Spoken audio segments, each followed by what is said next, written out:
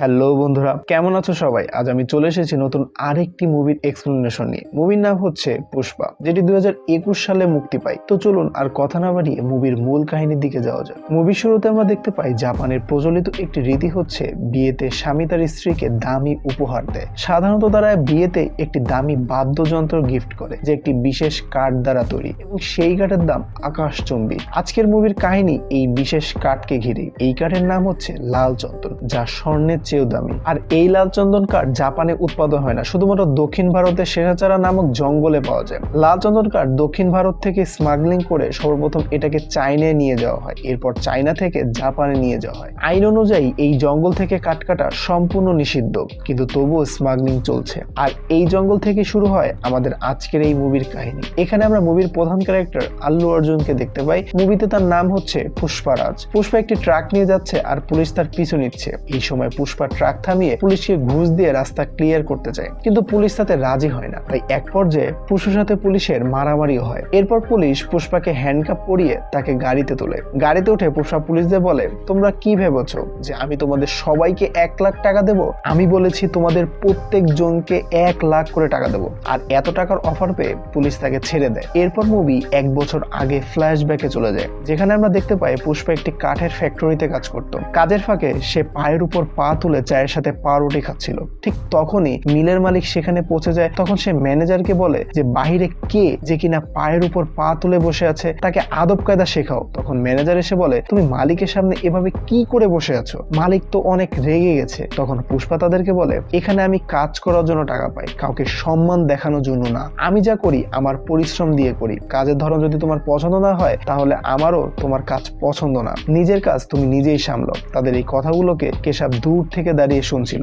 এটা শুনে তারও মনে হয় যে তার মালিক পরিবর্তন করা উচিত। এরপর থেকে সে পুষ্পার সাথে থাকতে শুরু করে। পরের দিন পুষ্পা বাড়িতে পাওনাদার আসে তার মার কাছ থেকে পাওনা টাকা নিতে। পাওনা টাকা না দিতে পারলে পাওনাদার তার মাকে অনেক মানুষের সামনে অপমান করে আর বলে সে কালকেও টাকা চাইতে আসবে। কালকেও যদি সে টাকা না পায় তাহলে পুরো গ্রামের সামনে তার মাকে অপমান করবে। পরদিন পুষ্পা তাদের মহিষ বিক্রি করে পাওনাদারদের টাকা পরিশোধ করে, এবং আগের দিন যতগুলো মানুষের সামনে তার মাকে অপমান করেছিল তাদের সবার বাড়ি গিয়ে পাওনাদারকে মেরে মেরে প্রশংসা করে যে সে তার পাওনা টাকা মিটিয়ে দিয়েছে। এরপর সন্ধ্যাবেলায় পুষ্পা কাজের সন্ধানে বের হলে সেখানে 2টি গাড়ি আসে শ্রমিকদের নিতে। একটি গাড়ি হচ্ছে সাধারণ কাজে, যেখানে 100 টাকা মজুরি, আর অন্য গাড়িটি হচ্ছে বেআইনি কাজে, যেখানে 1000 টাকা মজুরি। পুষ্পা 1000 গাড়িটিতে উঠে পড়ে। তারপর ভোর হতে পুষ্পা এবং তার সাথীদের চন্দন কাঠ চুরি করার কাজ দেওয়া হয়। তারা যখন কাঠ চুরি করছিল তখন সেখানে পুলিশ চলে আসে, আর আমরা পরিচিত হই ডিএসপি গোবিন্দের সাথে, যার নাম শুনলে স্মাগলাররা কাঁপতে শুরু করে। এরপর পুলিশ সেখানে পৌঁছে শ্রমিকদের জিজ্ঞেস করে যে তারা এখানে কি করছে। শ্রমিকদের মধ্যে একজন উত্তর দেয় তারা এখানে ছাগল চড়াতে এসেছে, কিন্তু পুষ্পা পুলিশকে সত্যি কথা বলে দেয়, এবং এই কারণে তাদের মধ্যে অনেক কথা কাটাকাটি হয়। এবং এক পর্যায়ে ডিএসপি গোবিন্দ পুষ্পার মাথায় গান পয়েন্ট করলে সব শ্রমিকরা একসাথে কুড়াল নিয়ে তার দিকে ধেয়ে আসে। তখন পুষ্পা বলে, আপনি একবারে একটি গুলি চালাবেন এবং আমি একসাথে 60টি কুড়াল চালাবো, কার বেশি ক্ষতি হবে ভেবে দেখুন। এ পর্যায়ে তার সব ফোর্স নিয়ে সেখান থেকে ফিরে যায়। আসলে পুলিশ আসার আগে পুষ্পা এবং তার বাকি শ্রমিকরা মিলে সব কাঠগুলো বেঁধে গাছের সাথে ঝুলিয়ে রাখে। এরপর তারা কাঠগুলো নিয়ে এসে মালিকের কাছ থেকে মজুরি নেয়, কিন্তু আবারও সেখানে পুলিশ চলে আসে এবং তারা সংখ্যায় আগের থেকে অনেক বেশি ছিল। তখন শ্রমিকরা পালাতে থাকে। এদিকে পুষ্পাও আর কোনো উপায় না পেয়ে কাঠ বোঝাই করা গাড়ি নিয়ে পালিয়ে যায়, এবং পুলিশও পুষ্পার পিছু নেয়, কিন্তু পুষ্পা ট্রাকটিকে লুকিয়ে ফেলে। এরপর পুলিশ কাঠ ভর্তি ট্রাকের কথা জিজ্ঞেস করলে পুষ্পা তাদের কিছুই বলে না, এবং তারা তাকে থানায় নিয়ে যায়। এরপর আমরা দেখতে পাই থানায় পুষ্পাকে বেঁধে প্রচুর পরিমাণে মারধর করা হচ্ছে। পুলিশ মারধর করার সময় পুষ্পাকে বারবার ট্রাকের কথা জিজ্ঞেস করছিল, কিন্তু পুষ্পা বলে সে সবকিছু বলে দিলে তার মালিক তাকে ছাড়বে না। পুলিশ জিজ্ঞেস করে যে তার মালিক কে। পুষ্পা বলে সে নিজেই তার মালিক। এরপর পুলিশ আবারও তাকে প্রচুর পরিমাণে মারধর করতে শুরু করে। এরপর একজন পুলিশ তার বাবার নাম জানতে চাইলে পুষ্পা স্তব্ধ হয়ে যায়, কিছুই বলে না। এরপর ফ্ল্যাশব্যাকে পুষ্পা ছোটবেলা দেখানো হয়। পুষ্পা তার মায়ের সাথে স্কুলে ভর্তি হতে গেছে। স্কুলের টিচার পুষ্পাকে তার বাবার নাম জিজ্ঞেস করে। পুষ্পা তার বাবার নাম বলে, কিন্তু সেখানে তার সৎ ভাই এসে বলে বাবার নাম শুধু বৈধ বাচ্চারাই পায়, অবৈধ বাচ্চাদের কোনো বংশ পরিচয় থাকে না। এরপর সে পুষ্পাকে ডেকে বলে, তোমার কোনো বংশ পরিচয় নেই, আজ থেকে নিজের নাম শুধু পুষ্পা রাজ বলবে। এরপর সিন আবারও প্রেজেন্টে চলে আসে। পুষ্পাকে খাওয়ানোর জন্য দুজন পুলিশ পুষ্পাকে বাহিরে নিয়ে এসেছিল, এবং সেখানে গাড়িতে করে কিছু লোক এসেছিল। এরা লাল চন্দন কাঠের স্মাগলার। পুষ্পা এদের হয়ে কাজ করে। এখানে আমরা 3জন নতুন ক্যারেক্টার সাথে পরিচিত হব। এদের মধ্যে একজনের নাম হচ্ছে জলি রেড্ডি। জলি রেড্ডি মেয়েদের নেশায় আসক্ত। আরেকজনের নাম হচ্ছে জাগ্গা রেড্ডি। 3 ভাইয়ের মধ্যে জাগা রেড্ডি সব থেকে বেশি বুদ্ধিমান, স্মাগলিং এর সব হিসাব নিকাশও জাগা রেড্ডি রাখে। এবং আরেক ভাইয়ের নাম হচ্ছে কন্ডা রেড্ডি। কন্ডা রেড্ডি একজন লোকাল গ্যাং এর উপর বোম ব্লাস্ট করতে গিয়ে নিজের ডান হাত হারায়। এরপর থেকে সে এক হাত দিয়েই সবকিছু সামলায়। এরপর জাগা ও জলি রেড্ডি এসেছে পুষ্পার সাথে কথা বলতে। জাগা পুষ্পার প্রশংসা করে, কারণ এত মার খাওয়ার পরেও সে পুলিশের সামনে মুখ খোলেনি। এরপর জাগা পুষ্পার বেল করিয়ে নেয় এবং পুষ্পা তাদের ট্রাকের সন্ধান দেওয়ার জন্য 5 লক্ষ টাকা দাবি করে। প্রথমে তারা টাকাটা দিতে না চাইলেও পরবর্তীতে তারা টাকা দিতে বাধ্য হয়। ফেরার সময় জলি রেড্ডি পুষ্পাকে গাড়িতে উঠাতে চায় না। পুষ্পা সেখানে অপমানিত ফিল করে। এরপর পুষ্পা 5 লক্ষ টাকা দিয়ে একটি গাড়ি কিনে নেয় এবং তাদের গ্রামে যায়। পুষ্পা তার মায়ের সাথে দেখা করে। এরপর আমরা দেখতে পাই পুষ্পা আর কেশব কন্ডা রেড্ডির সাথে দেখা করতে যায়। সেখানে কন্ডা রেড্ডি কিছু লোকদের ধরে মারছিল, কারণ তারা কার্ডবোর্ডটি ট্রাক নিয়ে যাওয়ার সময় পুলিশ তাদের ট্রাক আটকে দিয়েছে। সেখানে পুষ্পা কন্ডা রেড্ডিকে বলে তার কিছু প্ল্যান আছে, পুলিশের চোখ ফাঁকি দিয়ে কিভাবে লাল চন্দন পাচার করা যায়। এরপর জাগা রেড্ডি কন্ডা রেড্ডির সাথে পুষ্পা পরিচয় করিয়ে দেয়। এরপর পুষ্পা তার আইডিয়া বলে। পুষ্পা দুধের কন্টেনারকে দুভাগে ভাগ করে নিচে কাঠ লুকিয়ে রাখে আর উপরে দুধ দিয়ে যাওয়ার কথা বলে। আইডিয়াটি কন্ডা রেড্ডির খুবই পছন্দ হয় এবং কন্ডা রেড্ডি পুষ্পাকে কাঠ পার করার দায়িত্ব দিতে চায়। বিনিময়ে তার প্রতি কোটিতে 5 লক্ষ করে টাকা দিতে চায়, কিন্তু পুষ্পা বলে সে তার মুনাফার 4% চায়। আসলে পুষ্পা তার ইগো স্যাটিসফ্যাকশনের জন্য 4% নিতে চেয়েছিল, কারণ 5 লক্ষ টাকা নিলে সেটা ছিল মালিক এবং শ্রমিকের মধ্যকার সম্পর্ক, আর 4% নিলে লস হলেও পুষ্পা কন্ডা রেড্ডির পার্টনার হয়ে যায়। এরপর পুষ্পা দুধের ট্যাঙ্কে দুধ ভরানোর জন্য যায়। তখনই এন্ট্রি হয় মুভির নায়িকা, যার নাম মুভিতে শ্রীবালি। পুষ্পা প্রথম দেখায় শ্রীবালির প্রেমে পড়ে যায়, কিন্তু শ্রীবালি পুষ্পার দিকে ফিরেও তাকায় না। পুষ্পা শ্রীবালির আশেপাশে থাকে, কখন শ্রীবালি তার দিকে তাকাবে। এদিকে পুলিশের চোখ ফাঁকে দিয়ে পুষ্পা লাল চন্দনের পাচারের কাজ খুবই ভালো চলছিল, কিন্তু একদিন ডিএসপি গোবিন্দ তাদের চোরা কারবার ধরে ফেলে। এরপর চেকপোস্টে তাদের দুধের গাড়ি আটকিয়ে গোবিন্দ কন্ডা রেড্ডি দুজন লোককে থানায় নিয়ে যায়। এর মধ্যে একজন ছিল শ্রীবালির বাবা। তারা সবকিছু পুলিশকে জানিয়ে দেয়। এরপর সিন শিফট হয় এবং আমাদের দেখানো হয় শ্রীবালি তার বান্ধবীদের নিয়ে সিনেমা দেখতে গিয়ে তাদের কাছে টাকা কম থাকায় সিনেমার টিকিট কিনতে পারছিল না। কেশব তাদের 1000 টাকা দিয়ে সাহায্য করে এবং বিনিময়ে শ্রীবালিকে পুষ্পার দিকে তাকাতে বলে ও হাসতে বলে। কেশবের কথা মতো শ্রীবালি পুষ্পার দিকে তাকায় এবং হাসে। পুষ্পার সাথে সাথে শ্রীবালির কাছে গিয়ে তার সাথে কথা বলে এবং জানতে চায় যে কেশব তাকে 1000 টাকা দিয়েছিল তার দিকে তাকানোর জন্য এবং হাসার জন্য, কিন্তু শ্রীবালির আসলে পুষ্পাকে পছন্দ করে না। এরপর পুষ্পা কেশবকে বলে তাকে কি জলি রেড্ডির মতো মনে হয় যে টাকা দিয়ে মেয়ের ভালোবাসা কিনে নেব। এরপর পুষ্পা বলে বদনাম যখন একবার হয়ে গিয়েছে ওকে আরো 5000 টাকা দে এবং বল কিস করার জন্য। এরপর আমরা দেখি মঙ্গল সিনুকে, যে এই লাল চন্দন স্মাগলিং এর বস। লাল চন্দন কার্ড সবাই কাটতে পারে না, কিন্তু পাচার সবাই করতে পারে। একমাত্র মঙ্গল সিনুই অনেকগুলো চেক পোস্ট বার করে কার্ডগুলো আসল জায়গায় পাঠাতে পারে। চিন্তার সব কার্ড নিয়ে কন্ডা রেড্ডির কাছে এসেছে, কারণ সিনুর বিজনেস পার্টনারের সাথে তার বেশ কিছু ঝামেলা হয়েছে। জলের ব্যাপারে সিনি আগে থেকেই সবকিছু জানতো, তাই জলের উপর ভরসা করে সব কার্ড রাখতে না চেয়ে কন্ডা রেড্ডি সেখানে সিনুকে পুষার কথা বলে। কন্ডা রেড্ডি মঙ্গল সিনুর কার্ডগুলো পুষার হাতে ধরিয়ে দেয়। এরপর সিন শিফট হয় এবং আমরা দেখতে পাই কেশব শ্রীবালিকে 5000 টাকা দেয় এবং পুষ্পাকে কিস করতে বলে। শ্রীবালি সেখানে তার বান্ধবীদের নিয়ে সেখানে হাজির হয়। পুষ্পা শ্রীবালিকে ডেকে নেয়। এরপর পুষ্পা শ্রীবালিকে কিস করতে যাচ্ছিলই তখনই শ্রীবালি কেঁদে ফেলে এবং বলে যে সে তার স্বামীকে প্রথম কিস দিতে চায়। এদিকে কান্না শুনে শ্রীবালির বান্ধবী সে শ্রীবালিকে সেখান থেকে নিয়ে যায়। পুষ্পা কেশবকে বলে তাকে যদি শ্রীবালির হাজবেন্ড হতেই হয় তবুও সে শ্রীবালির কাছ থেকে 5000 টাকা উসুল করেই ছাড়বে। এরপর পুষ্পা গোডাউনে এসে দেখে জলি গোডাউনের তালা লাগিয়েছে আর কার্ডগুলো বাইরে ফেলে রেখেছে। তালা ভেঙে পুষ্পা ভেতরে ঢুকে দেখে একটি মেয়েকে জলি রেড্ডি বেঁধে রেখেছে।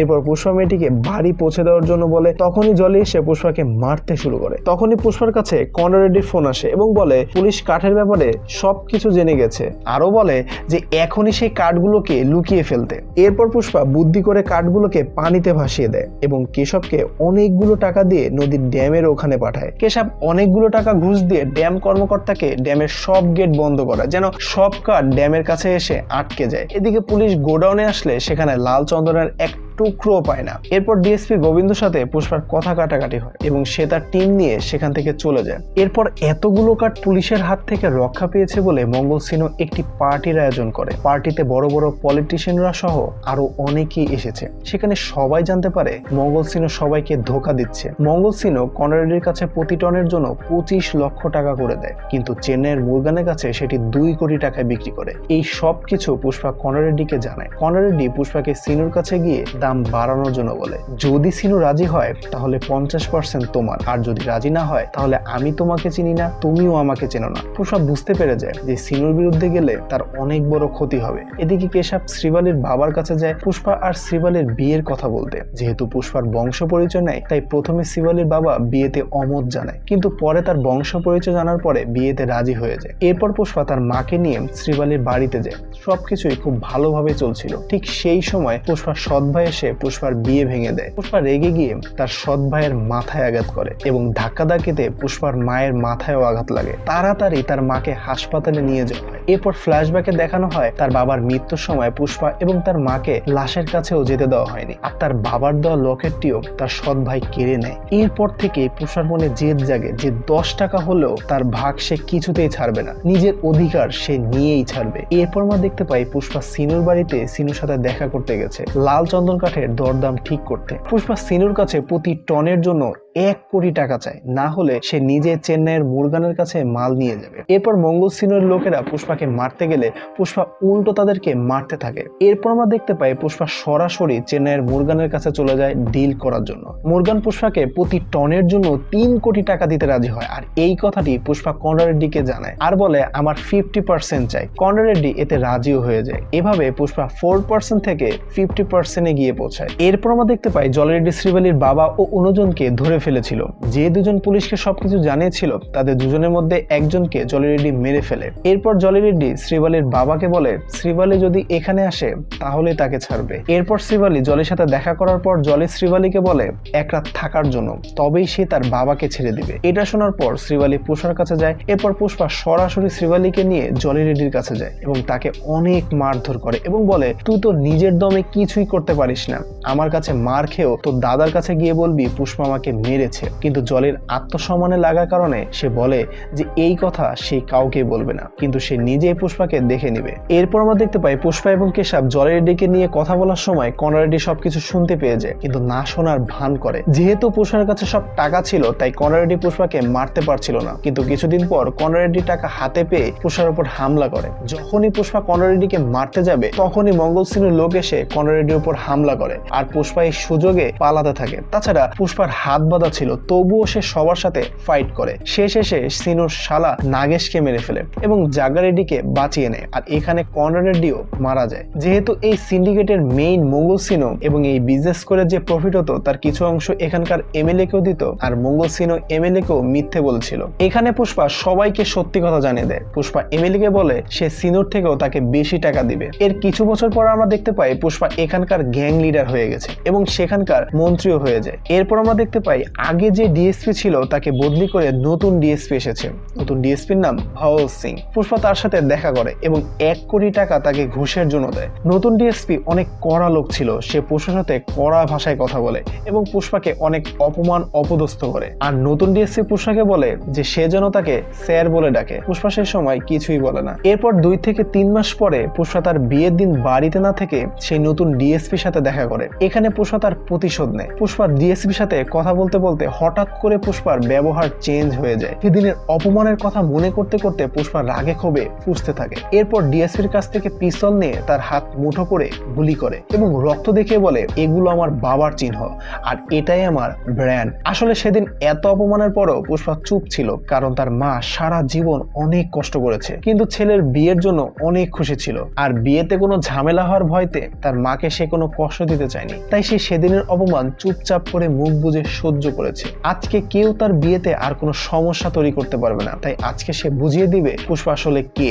পুষ্পা এরপর ডিএসপি কে হুমকি দিয়ে কাপড় চোপড় খুলিয়ে শুধুমাত্র আন্ডারপ্যান্ট পরিয়ে রাখে এবং তার সাথে নিজেও জামা কাপড় খুলে ফেলে আর বলে আমরা দুজনেই উলঙ্গ, কিন্তু দুজনের মধ্যে অনেক পার্থক্য রয়েছে। পুষ্পার কাপড় থাক আর না থাক সম্মান একই থাকবে। সে এই অবস্থায় যেখানে যাক না কেন সবাই তাকে পুষ্পা ভাই বলে সম্বোধন করবে, কিন্তু তুমি বাইরে গেলে একটা কুকুরও তোমাকে সম্মান দেবে না। আজকে থেকে তোমার শরীরে পুলিশের পোশাক থাকলেও কেউ তোমাকে সম্মান করবে না। এভাবে ডিএসপি কে উলঙ্গ ছেড়ে দিয়ে পুষ্পা তার অপমানের প্রতিশোধ নেয়। ডিএসপি এর পর অর্ধ উলঙ্গ অবস্থায় বাসায় চলে যায় এবং পুষ্পার কাছ থেকে নেওয়া কমিশনের সব টাকা আগুনে পুড়িয়ে দেয় আর প্রচন্ড রাগে পাগলের মতো আচরণ করতে থাকে। আর পুষ্পাও ওই অবস্থায় বিয়ের মণ্ডপে যায় বিয়ে সম্পন্ন করার জন্য। আর এইরকম রহস্যভরা সিনের সাথে এই অসাধারণ মুভিটির সমাপ্তি ঘটে।